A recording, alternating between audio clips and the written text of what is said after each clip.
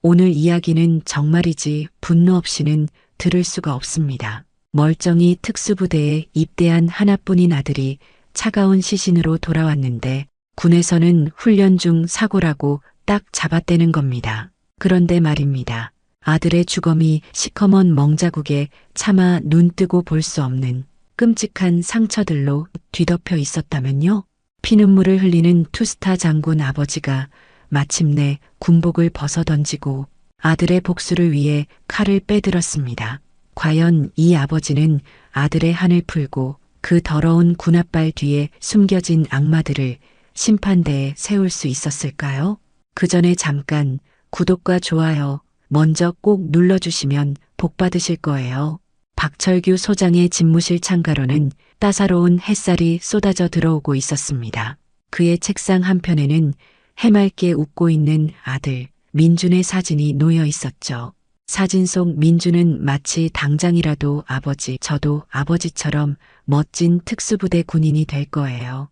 라고 외칠 것처럼 생기가 넘쳤습니다. 박 소장은 그 목소리가 귓가에 생생하게 맴도는 듯하여 입가에 흐뭇한 미소를 머금었습니다. 이번 주말이면 어김없이 걸려올 아들의 전화를 기다리는 아버지의 마음은 그렇게 평온했습니다. 하지만 그 평온함이 곧 다가올 거대한 폭풍전야의 고요함일 줄은 그는 꿈에도 상상하지 못했습니다. 시간이 흘러도 아들의 전화는 오지 않았습니다. 매주 금요일 저녁이면 칼같이 걸려오던 민준의 전화가 끊긴 지 벌써 열흘째가 되었습니다. 박 소장은 애써 태어난 척 업무에 집중하려 했지만 옆에서 안절부절 못하는 아내의 불안한 얼굴과 스스로도 주체할 수 없이 커져가는 초조함은 감출 수가 없었습니다. 그는 결국 아들이 있는 부대로 연락을 취해보았죠.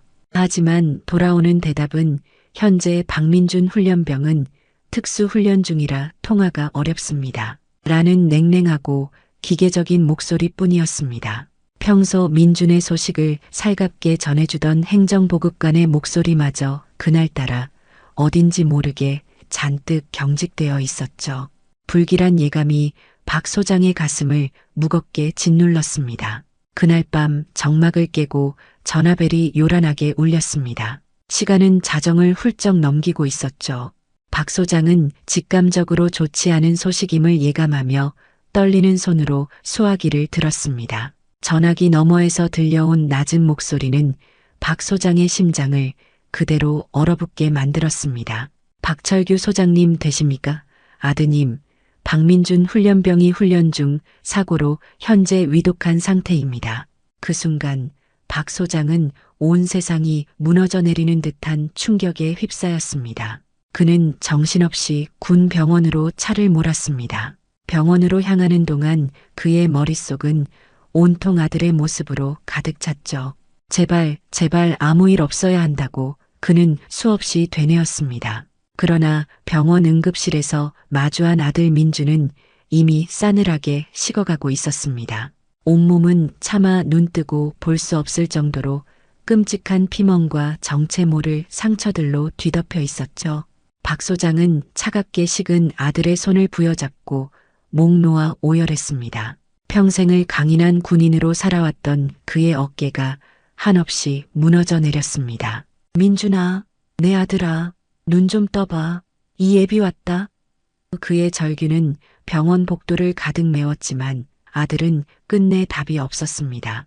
군 관계자들은 서둘러 사건을 마무리하려 했습니다. 훈련 중 발생한 불의의 사고라는 것이 그들의 공식적인 입장이었죠. 하지만 박 소장의 눈에는 아들의 몸에 남은 처참한 상처들이 결코 단순한 사고가 아님을 명백히 말해주고 있었습니다. 그것은 훈련 중 부상이라고 하기엔 너무나도 가혹하고 비정상적인 흔적들이었습니다. 아들의 주검 앞에서 박 소장은 차오르는 분노와 슬픔 속에서 직감했습니다. 이것은 사고가 아니다. 이것은 명백한 살인이다. 그리고 이 거대한 군이라는 조직이 마치 컨베이어 벨트 위의 물건처럼 이 끔찍한 진실을 신속하게 덮으려 하고 있다는 것을 말입니다. 그의 가슴 속에서 무언가 뜨거운 것이 치밀어 오르기 시작했습니다. 그것은 단순한 슬픔을 넘어선 진실을 향한 아버지의 처절한 외침이었습니다. 끝없는 슬픔과 비통함 속에서 아들 민준의 장례가 치러졌습니다. 국화꽃으로 둘러싸인 영정 속에서 민준은 여전히 해맑게 웃고 있었죠. 그 웃음이 박 소장의 가슴을 더욱 미어지게 만들었습니다. 그는 차마 아들의 영정 사진을 제대로 바라보지 못했습니다. 수많은 조문객들이 그의 어깨를 두드리며 위로를 건넸지만 그 어떤 말도 그의 귓가에 제대로 들리지 않았습니다. 오직 아들을 향한 미안함과 지켜주지 못했다는 죄책감만이 그의 온 마음을 뒤덮고 있었죠. 발인 날 박 소장은 아들의 관을 부여잡고 또 한 번 오열했습니다. 민준아, 이 못난 아비가 너의 그 깊은 한을 반드시 풀어주마. 내 놈들을, 내 숨을 끊어놓은 그 악마 같은 놈들을 모조리 찾아내 이 애비 손으로 직접 심판대에 세우고야 말 것이다. 그의 목소리는 피를 토하는 듯 처절했고 눈에서는 뜨거운 눈물이 쉴 새 없이 흘러내렸습니다. 그의 분노는 이미 슬픔을 집어삼킨 거대한 불길이 되어 그의 안에서 활활 타오르기 시작했습니다. 그는 더 이상 슬픔에 잠긴 아버지가 아니었습니다. 아들의 억울한 죽음 앞에 모든 것을 걸고 싸울 준비가 된 한 마리의 성난 사자였습니다. 장례를 마치고 집으로 돌아와 박 소장의 아내는 아들 민준의 유품을 정리하기 시작했습니다. 아들의 손때 묻은 옷가지들, 책상 위에 놓인 책들, 방 한구석에 세워진 기타까지 어느 것 하나 민준의 숨결이 느껴지지 않는 것이 없었습니다. 아내는 민준의 옷을 끌어안고 한참을 흐느꼈습니다. 박 소장은 그런 아내의 어깨를 말없이 감싸 안았습니다. 그때 아내의 손에 작은 노트 한 권이 들려 있었습니다. 그것은 민준이 군 입대 전부터 틈틈이 써왔던 일기장이었습니다. 박 소장은 떨리는 손으로 그 일기장을 받아들었습니다. 혹시나 아들의 마지막 흔적이라도 찾을 수 있을까 하는 간절한 마음이었죠. 일기장을 펼치자 민준의 반듯하면서도 힘있는 글씨체가 눈에 들어왔습니다. 첫 장은 특수부대에 자원 입대하며 느꼈던 설렘과 아버지처럼 훌륭한 군인이 되겠다는 다짐으로 가득 차 있었습니다. 박 소장은 그 글귀를 읽으며 또다시 가슴이 미어졌습니다. 아들의 꿈이 이렇게 허망하게 꺾여버렸다는 사실이 그를 더욱 고통스럽게 만들었습니다. 한 장 한 장 일기장을 넘길수록 박 소장의 표정은 점점 굳어져 갔습니다. 일기장에는 혹독한 특수부대 훈련에 대한 기록과 함께 아버지에 대한 변함없는 존경심이 절절하게 담겨 있었습니다. 그리고 일기장의 뒷부분으로 갈수록 점점 어두운 그림자가 드리워지기 시작했습니다. 특정 인물의 이름이 반복해서 등장했죠. 바로 특수부대 교관 강철민 중사였습니다. 강 교관은 악마다. 인간의 탈을 쓴 짐승이다. 그의 눈빛만 봐도 온몸이 얼어붙는 것 같다. 오늘은 또 뭘 빼앗아 갈까? PX에서 부모님께 선물하려고 산 과자 한 봉지까지 빼앗아 자신의 관물대에 던져 넣었다. 그걸 보면서 웃는 그의 얼굴이 잊히지 않는다. 며칠 전에는 동기들이 보는 앞에서 나에게 내 아비가 투스타면 뭐하냐. 내 놈은 그냥 패급일 뿐이다라며 인격 모독적인 발언을 서슴지 않았다. 그 순간 정말이지 죽고 싶다는 생각마저 들었다. 일기장에는 강철민 교관의 끔찍한 가혹행위와 폭언, 그리고 훈련병들의 보급품을 자기 것인 양 착복하고 심지어는 훈련병들에게 사적인 심부름까지 시키는 생활형 비리에 대한 짧지만 충격적인 기록들이 빼곡하게 적혀 있었습니다. PX에서 부모님께 선물할 과자까지 빼앗아갔다는 대목에서는 박 소장은 더 이상 참지 못하고 일기장을 쥔 손을 부들부들 떨었습니다. 치밀어 오르는 분노에 숨이 막힐 지경이었죠. 아들이 이런 지옥 같은 환경 속에서 하루하루를 버텨왔다는 사실에 그는 가슴을 치며 통곡했습니다. 강철민이라는 이름 석자가 그의 뇌리에 깊숙이 박혔습니다. 박 소장은 눈물을 삼키며 일기장을 계속 읽어내려갔습니다. 혹시라도 아들의 죽음과 관련된 직접적인 단서가 있을까 싶어서였죠. 그리고 마침내 일기장의 거의 마지막 부분에서 희미한 빗줄기 같은 문장을 발견하게 됩니다. 오늘 몸이 너무 아파 의무실에 다녀왔다. 의무병 김민수 하사님이 내 몸에 난 상처들을 보시더니 뭔가 이상하다는 듯 고개를 여러 번 갸웃거리셨다. 혹시 그분이라면 내가 왜 이렇게 힘든지 무언가 알고 계실지도 모른다. 이 짧은 문장은 박 소장에게 꺼져가던 희망의 불씨를 다시 지펴주었습니다. 김민수 하사, 그는 이 이름을 기억해야만 했습니다. 어쩌면 그 의무병이 아들 죽음의 진실을 밝힐 수 있는 유일한 열쇠일지도 몰랐으니까요. 박 소장은 즉시 김민수 하사를 찾아야겠다고 굳게 결심했습니다. 아들의 일기장이 남긴 마지막 단서, 그것은 아버지에게 주어진 마지막 기회일지도 몰랐습니다. 그는 결코 이 기회를 놓치지 않으리라 다짐했습니다. 박철규 소장은 지체 없이 군 상부에 아들 박민준 훈련병의 사망 사건에 대한 정식적인 진상 규명을 강력하게 요구했습니다. 아들의 몸에 남은 끔찍한 상처들과 일기장에 적힌 내용들을 근거로 제시하며 이것은 단순 사고가 아닌 명백한 가혹행위에 의한 사망 사건임을 주장했죠. 하지만 그의 앞을 가로막은 것은 생각보다 훨씬 더 거대하고 차가운 벽이었습니다. 그의 오랜 동료이자 현재는 그의 직속상관이기도 한 황진성 장군이 그를 찾아왔습니다. 황 장군은 박 소장의 손을 잡고 안타깝다는 표정을 지으며 입을 열었습니다. 박 장군, 나도 자네 심정은 하늘이 알고 땅이 알 만큼 충분히 이해하네. 하나뿐인 아들을 셔틀처럼 잃은 그 슬픔을 어찌 말로 다 표현할 수 있겠나?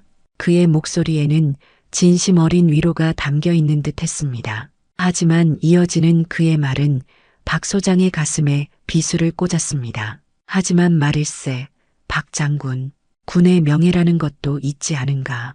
이번 일로 괜히 시끄럽게 만들어서 좋을 게 뭐가 있겠나? 자네 아들은 이미 갔지만 남은 우리라도 군을 지켜야 하지 않겠나? 조용히 좋게 넘어가는 게 어떻겠나? 황 장군은 회유와 함께 은근한 압력을 행사했습니다.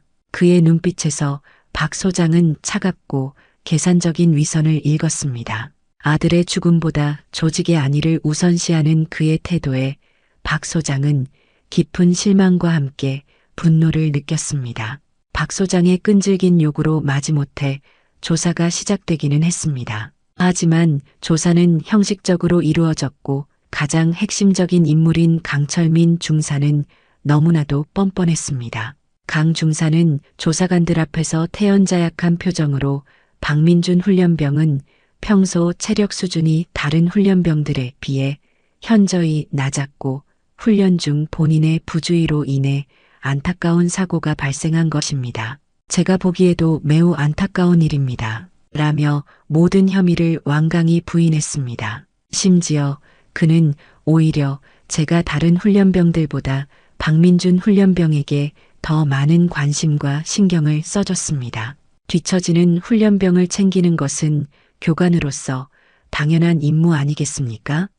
라며 천연덕스럽게 거짓말까지 늘어놓았습니다. 그의 입에서 나오는 역겨운 위선과 악어의 눈물에 박 소장은 당장이라도 그의 멱살을 잡고 싶은 격렬한 분노를 느꼈지만 간신히 이성을 붙잡아야 했습니다. 아직은 때가 아니었습니다. 더욱 기가 막힌 것은 황진성 장군의 이중적인 태도였습니다. 박 소장이 아들 민준의 일기장을 증거로 제출하자 황 장군은 그것을 대수롭지 않다는 듯이 일축해버렸습니다. 이복의 박 장군, 이건 그저 사춘기 젊은이의 감상적인 푸념일 뿐이네. 이런 걸로 군 내부의 기강을 흔들어서야 쓰겠나. 그의 말에는 일말의 공감이나 진실을 파헤치려는 의지조차 보이지 않았습니다. 그리고 뒤로는 박 소장 모르게 강철민 중사와 은밀히 접촉했습니다. 강 중사, 이번 일은 내가 어떻게든 막아줄 테니 너무 걱정하지 말게. 대신 자네도 내 과거 일에 대해서는 계속 입 다물어주는 걸세. 서로 돕고 사는 거 아니겠나. 황 장군은 과거 자신의 인사청탁비리나 군납비리 연루 의혹 등을 강 중사가 알고 있다는 약점을 이용해 그의 입을 막는 동시에 이번 사건을 은폐하려는 추악한 거래를 시도했던 것입니다. 박 소장은 이 모든 사실을 꿈에도 알지 못한 채 거대한 벽 앞에서 홀로 외로운 싸움을 시작해야 했습니다. 그의 앞길에는 험난한 가시밭길만이 놓여 있는 듯 했습니다. 박철규 소장은 아들의 일기장에 적힌 유일한 희망, 의무병 김민수 하사를 찾기 위해 백방으로 수소문하기 시작했습니다. 군 내부의 인맥을 동원하고 아들 부대 주변을 탐문한 끝에 마침내 휴가 중인 김민수 하사의 연락처를 알아낼 수 있었죠. 박 소장은 떨리는 마음으로 김 하사에게 전화를 걸어 어렵게 만남을 약속했습니다. 약속 장소에 나타난 김민수 하사는 20대 중반의 아직 앳된 얼굴이었지만 그의 눈빛에는 깊은 고뇌와 두려움이 서려 있었습니다.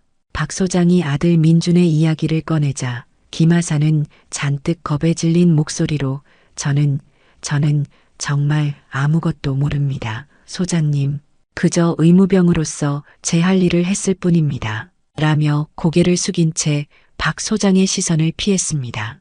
그의 태도에서 조직적인 압력과 보복에 대한 두려움이 역력히 느껴졌습니다. 박 소장은 실망감을 감추지 못했지만 여기서 포기할 수는 없었습니다. 그는 잠시 침묵하다가 떨리는 목소리로 입을 열었습니다. 김하산의 아들 민준이 마지막 순간에 자네 이름을 일기장에 남겼다네. 자네라면 무언가 알지도 모른다고 혹시나 하는 희망을 가졌던 모양이야. 그의 눈시울이 붉어졌습니다. 내 아들은 정말 착하고 바른 아이였네. 군인이 되어 나라를 지키겠다던 아이였어. 그런 아이가 왜 그렇게 처참한 모습으로 돌아와야 했는지 나는 도저히 받아들일 수가 없네. 박 소장은 더 이상 말을 잇지 못하고 고개를 떨궜습니다. 그의 어깨는 슬픔으로 가늘게 떨리고 있었죠. 자네의 작은 용기가 내 아들 민준이의 억울함을 풀 수 있는 유일한 길일지도 모르네. 부디 외면하지 말아주게. 아들을 잃은 아버지의 처절한 모습과 간절한 호소는 김민수 하사의 마음을 깊이 뒤흔들었습니다. 그는 아무 말도 하지 못하고 굳은 표정으로 박 소장을 바라볼 뿐이었지만 그의 눈빛은 복잡하게 흔들리고 있었습니다. 한편 박 소장은 민준의 일기장에 언급된 강철민 교관의 과거 악행에 대해서도 조사를 멈추지 않았습니다. 일기장에는 강 교관이 이전 부대에서도 비슷한 문제를 일으켰다는 암시가 있었죠. 끈질긴 추적 끝에 그는 몇 년 전 강철민 교관에게 똑같이 아들을 잃고 그의 만행을 군 당국에 고발하려 했으나 번번이 묵살당했던 최은실 씨 부부의 존재를 알게 되었습니다. 박 소장은 수소문 끝에 어렵게 최은실 씨 부부의 집을 찾아갔습니다. 초인종을 누르자 문이 열리고 초췌한 모습의 최은실 씨가 나타났습니다. 박 소장이 자신을 밝히고 찾아온 연유를 설명하자 최 씨의 눈에는 순간 경계심과 함께 깊은 절망감이 스쳐 지나갔습니다. 또 그 이름이군요. 강철민 그 악마 같은 인간. 최은실 씨의 목소리는 메말라 있었습니다. 그녀의 남편 역시 굳은 표정으로 박 소장을 바라보았죠.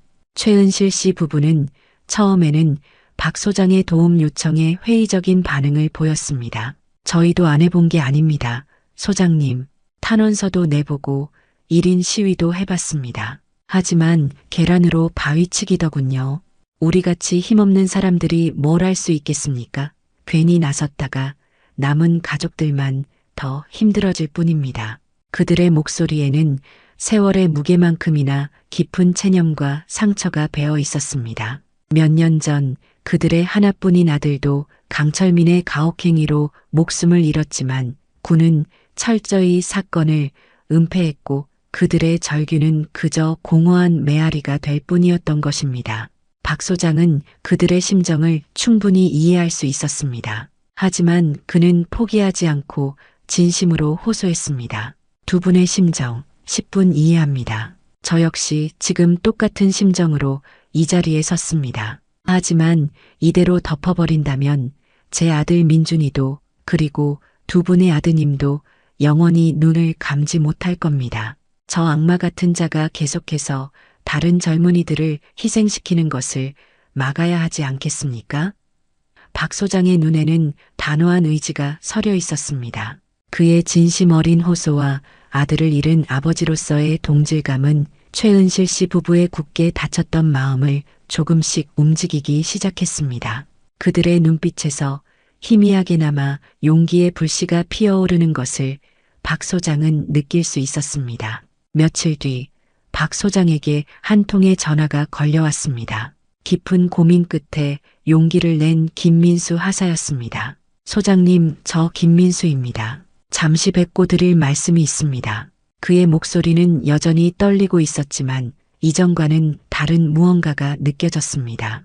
박 소장은 즉시 약속 장소로 나갔습니다. 마침내 김민수 하사는 무거운 침묵을 깨고 입을 열었습니다. 소장님, 사실 그날 박민준 훈련병의 몸에는 단순 구타 흔적 외에도 전기 충격기로 인한 것으로 보이는 화상 자국 같은 것이 여러 군데 있었습니다. 너무나 끔찍해서 차마 의료 기록에는 자세히 남기지 못했습니다. 하지만 제가 개인적으로 몰래 찍어둔 사진이 있습니다. 김민수 하사는 떨리는 손으로 휴대폰을 꺼내 박 소장에게 사진 몇 장을 보여주었습니다. 사진 속 민준의 몸에 남은 상처들은 박 소장이 이미 보았던 것보다 훨씬 더 참혹하고 잔인했습니다.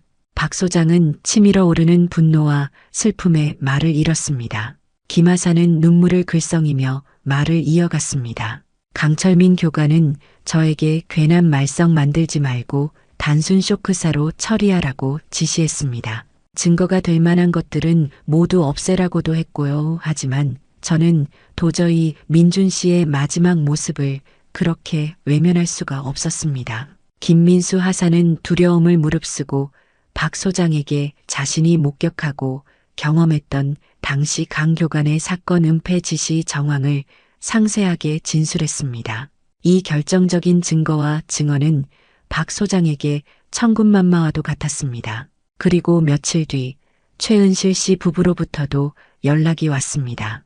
박 소장의 진심에 용기를 얻은 그들은 과거 아들의 억울한 죽음 이후 힘겹게 모아두었던 강철민 교관의 비리 정황 증거들을 가지고 박 소장을 찾아왔습니다.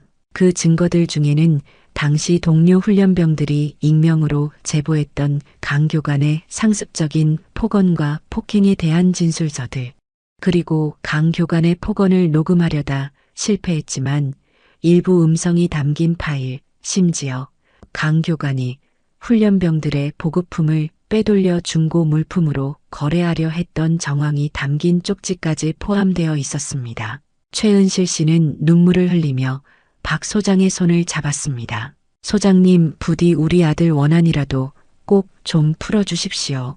더 이상 우리 같은 피해자가 나와서는 안 됩니다. 그들의 절절한 눈물과 쌓여가는 증거들은 박 소장의 가슴속에 타오르던 투지를 더욱 거세게 불태웠습니다. 그는 이제 혼자가 아니었습니다. 양심의 목소리를 낸 젊은 하사와 한을 품고 살아온 피해자, 가족, 그들의 용기가 박 소장에게 거대한 힘이 되어주고 있었습니다. 박철규 소장의 심상치 않은 움직임을 감지한 황진성 장군은 격노했습니다. 그는 즉시 박 소장을 자신의 집무실로 호출했습니다. 황 장군의 얼굴은 분노로 시뻘겋게 달아올라 있었죠. 박 장군, 지금 이게 무슨 경우인가? 내가 조용히 덮으라고 하지 않았나? 자네 지금 내 말을 뭘로 듣는 겐가?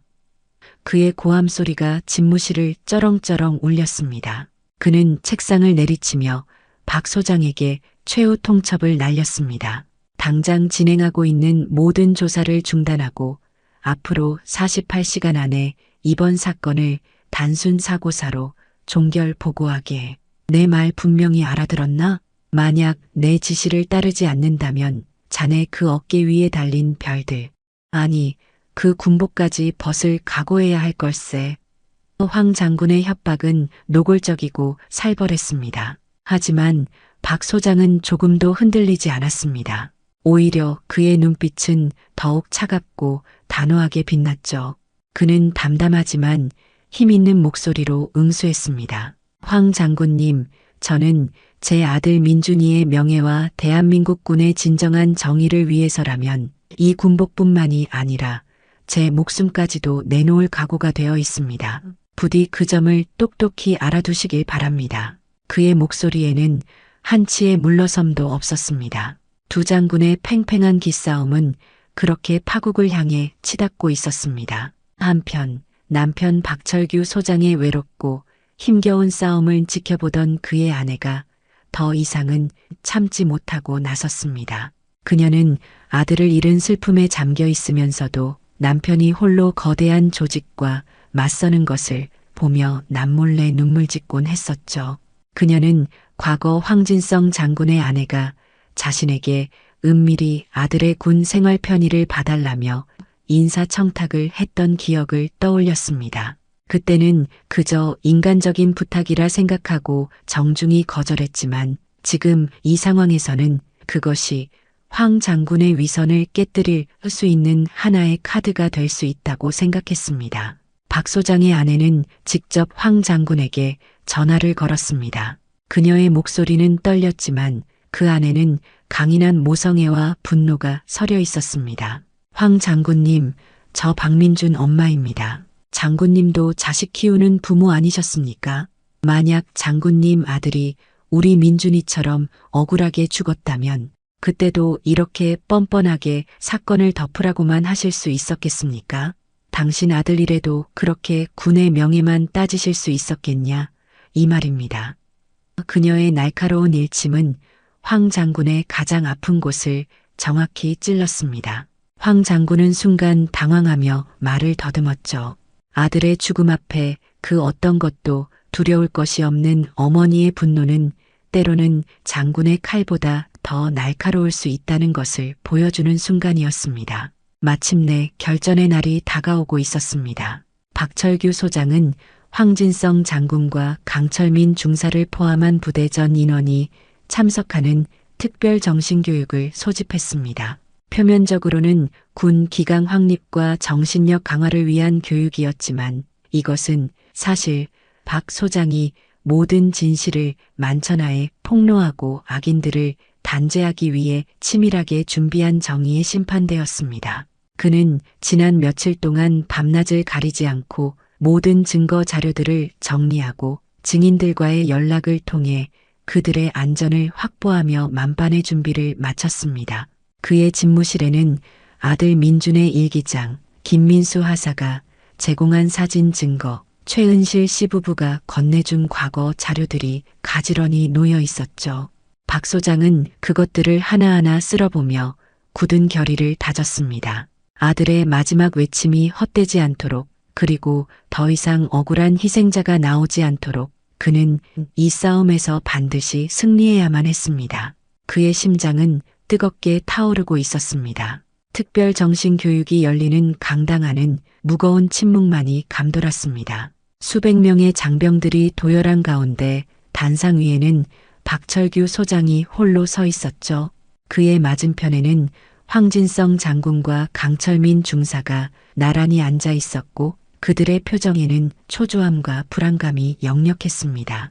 박 소장은 마이크를 잡고 잠시 장내를 둘러보았습니다. 그의 눈빛은 슬픔과 분노 그리고 비장함으로 가득 차 있었죠.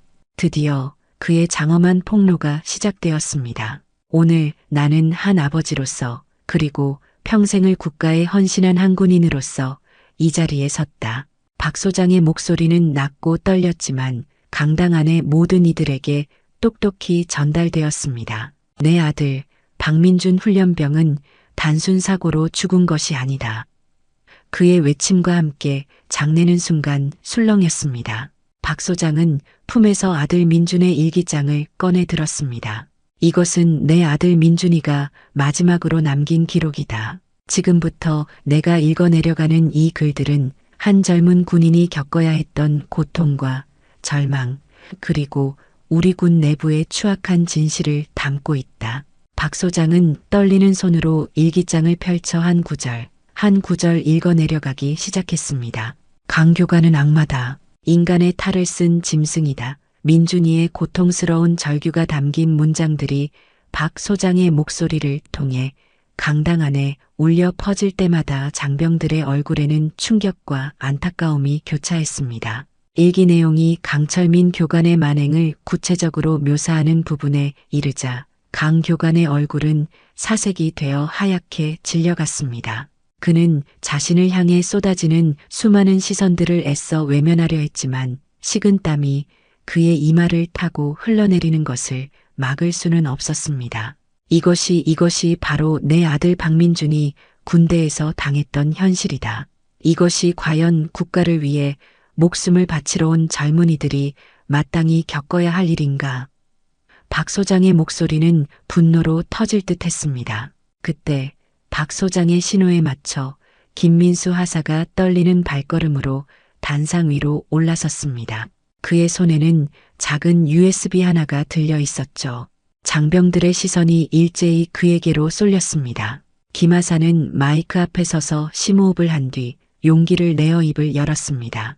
그의 목소리는 처음에는 작고 떨렸지만 점차 단호해졌습니다. 저는 의무병으로서 그날 박민준 훈련병의 마지막 모습을 직접 목격했습니다. 그의 몸에는 차마 제 입으로는 말로 다 할 수 없을 만큼 잔혹한 폭행의 흔적들이 가득했습니다.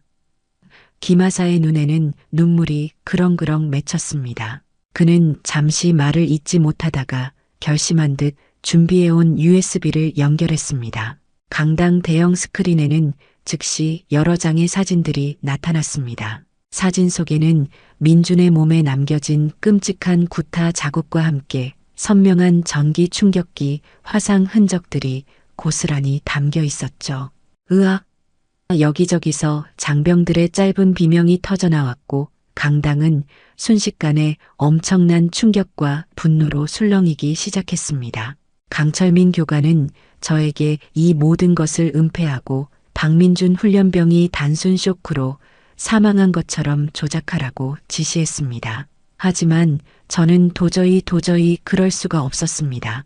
김민수 하사의 용기 있는 증언과 스크린에 떠오른 명백한 증거 앞에 강철민 중사는 더 이상 고개를 들지 못했습니다. 그의 얼굴은 하얗게 질리다 못해 파랗게 변해 있었습니다. 바로 그 순간 강당 뒤편에서 한 여성의 처절한 절규가 터져 나왔습니다. 이 살인마, 이 악마 같은 놈, 내 아들도 내 놈 손에 그렇게 처참하게 죽어갔다. 목소리의 주인공은 최은실 씨였습니다. 그녀는 남편의 부축을 받으며 비틀거리며 단상 앞으로 걸어 나왔습니다. 그녀는 손가락으로 강철민 중사를 가리키며 피를 토하듯 외쳤습니다. 내 놈이 우리 아들 군화까지 뺏어 신었지. 죽은 아들 유품까지 내 놈이 가져가서 버젓이 신고 다녔단 말이다. 이 천벌을 받을 놈아. 최은실 씨의 피 맺힌 절규는 강당 안의 모든 사람들의 심장을 후벼 팠습니다. 그녀의 폭로에 강철민 중사는 당황하며 무슨 소리요? 저 여자는 미쳤소. 나는 모르는 일이요. 전부 모함입니다. 라고 고래고래 소리쳤습니다. 하지만 그의 발악은 오래가지 못했습니다. 박 소장이 준비해온 또 다른 증거, 바로 몇 년 전 강철민 중사가 최은실 씨 아들의 군화를 중고 물품으로 거래하려 했던 내역이 담긴 장부 사본과 당시 거래를 시도했던 사람의 증언, 녹취 파일이 공개되자 강철민은 결국 모든 것을 체념한 듯 고개를 떨구고 말았습니다. 그의 파렴치하고 추악한 민낯이 만천하에 드러나는 순간이었습니다. 궁지에 몰린 강철민 중사가 마지막 지푸라기라도 잡으려는 듯 황진성 장군에게 애처로운 도움의 눈빛을 보냈습니다. 하지만 박 소장은 그 기회를 놓치지 않았습니다. 그의 다음 타겟은 바로 황진성 장군이었죠. 황진성 장군, 이제 당신 차례요. 박 소장은 황 장군을 향해 매섭게 외치며 그가 과거 자신의 인사비리를 덮기 위해 강철민 중사를 비호하고 이번 박민준 훈련병 사망 사건을 조직적으로 은폐하려 했던 통화 녹취록과 관련 증거 자료들을 스크린에 차례로 공개했습니다. 녹취록에는 황 장군이 강 중사에게 이번 일만 잘 덮으면 자네 앞길은 내가 책임지겠네라고 말하는 내용과 박 소장에게 압력을 행사하라고 지시하는 내용들이 생생하게 담겨 있었습니다. 모든 증거가 공개되자 황진성 장군은 얼굴이 흑빛으로 변하며 이건 음모다. 조작된 것이다. 나는 결백하다. 라며 최후의 발악을 했습니다. 하지만 이미 장병들의 시선은 싸늘하게 식어 있었고 그 누구도 그의 말을 믿지 않았습니다. 박 소장은 그런 황 장군을 향해 추상 같은 목소리로 일갈했습니다. 황진성, 당신 같은 부패하고 이기적인 자가 어떻게 대한민국 군대의 별을 달고 장군 행세를 할 수 있단 말인가. 당신이야말로 우리 군의 명예를 더럽히고 국가 안보를 좀먹는 내부의 적이다. 대한민국 군대가 당신 같은 자 때문에 통탄할 노릇이다. 박 소장의 외침이 끝나기가 무섭게 강당 뒤편에서 헌병들이 나타나 강철민 중사와 황진성 장군에게 다가갔습니다. 그들의 팔에는 차가운 수갑이 채워졌습니다. 한때 하늘을 찌를 듯했던 그들의 권세는 그렇게 한순간에 무너져 내렸습니다. 정의의 심판은 드디어 내려진 것입니다. 강철민 중사와 황진성 장군은 그 자리에서 헌병들에게 즉시 체포되어 법의 엄중한 심판을 받게 되었습니다. 그들이 저지른 추악한 범죄들은 낱낱이 밝혀졌고 그에 상응하는 죗값을 치르게 되었죠.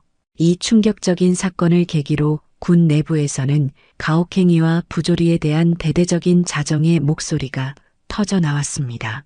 국방부는 즉각 특별감찰팀을 꾸려 전 부대에 걸쳐 강도 높은 조사를 시행했고 수많은 숨겨졌던 비리들이 드러나면서 군 전체에 엄청난 파장을 불러일으켰습니다. 그 결과 수십 명의 관련자들이 처벌을 받았으며 낡고 부조리한 군대 문화와 제도를 개선하기 위한 본격적인 개혁 작업이 시작되었습니다.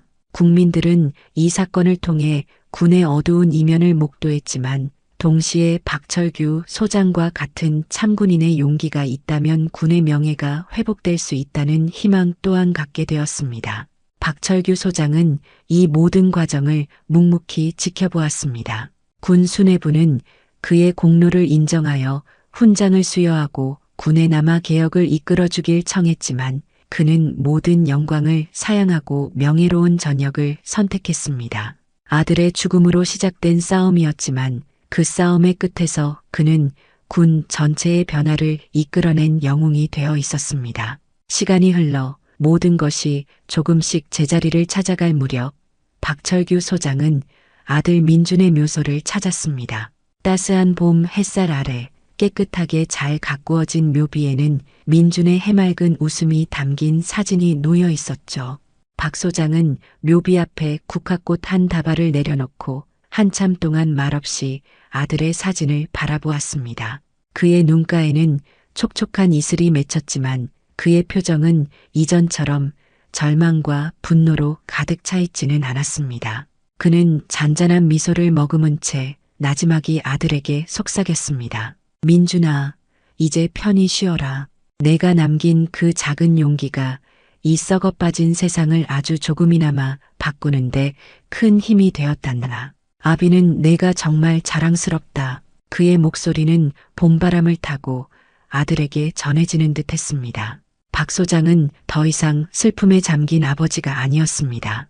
그는 아들의 이름으로 박민준 정예 재단을 설립하여 민준이처럼 억울하게 희생된 군 장병들과 그 가족들을 돕고 군인권 신장을 위한 다양한 활동을 시작하며 제2의 인생을 살아가기로 결심했습니다. 그의 곁에는 언제나 든든한 버팀목이 되어주는 아내와 용기 있는 선택으로 진실을 밝히는데 결정적인 역할을 했던 김민수 하사 그리고 과거의 아픔을 딛고 새로운 희망을 찾은 최은실 씨 부부가 함께했습니다. 그들은 서로에게 힘이 되어주며 민준이가 남기고 간 정의의 씨앗을 함께 키워나가기로 약속했습니다. 한 아버지의 피 맺힌 절규는 절대로 무너질 것 같지 않던 거대한 장벽을 마침내 무너뜨리고 우리 사회의 정의의 불씨를 새롭게 지폈습니다. 박철규 소장의 외롭고도 처절했던 싸움은 이제 끝이 났지만 그가 온몸으로 밝힌 진실의 빛은 결코 꺼지지 않고 우리 사회의 어둡고 부조리한 구석구석을 계속해서 밝혀줄 것입니다. 그의 용기는 절망 속에 있는 많은 이들에게 희망을 주었고 불의에 맞서 싸울 수 있는 힘을 주었습니다. 구독자 여러분, 오늘 이 이야기를 들으시면서 어떤 생각을 하셨습니까? 과연 이 시대의 진정한 영웅은 누구라고 생각하십니까? 어쩌면 그 영웅은 아주 특별한 사람이 아니라 우리 주변의 평범한 사람들 속에 불의를 보고 참지 못하는 용기를 가진 모든 이들의 마음속에 있는 것은 아닐까요? 만약 여러분의 가슴 속에도 지금 무언가 뜨거운 것이 꿈틀거리고 있다면 그것이 바로 정의를 향한 우리의 꺼지지 않는 희망일 것입니다. 오늘의 사연 어떻게 들으셨나요? 결말까지 보셨다면 여러분의 의견을 댓글로 남겨보세요. 지금까지 맛있는 사연을 만드는 채널 사연의 맛이었습니다. 오늘도 귀한 시간 내어주시고 끝까지 시청해주신 구독자 여러분, 진심으로 감사드립니다. 그리고 사랑합니다. 다음 영상을 누르시기 전에 잠깐 구독과 좋아요 먼저 꼭 눌러주시면 부자 되실 거예요. 서울역 앞 고깃집 밖이 순식간에 아수라장이 됐습니다. 건장한 조폭 3명이 연약해 보이는 여자 하나를 애워싸고 비웃고 있었죠. 내 동생, 곱게 보고 싶으면 돈 갖고 와.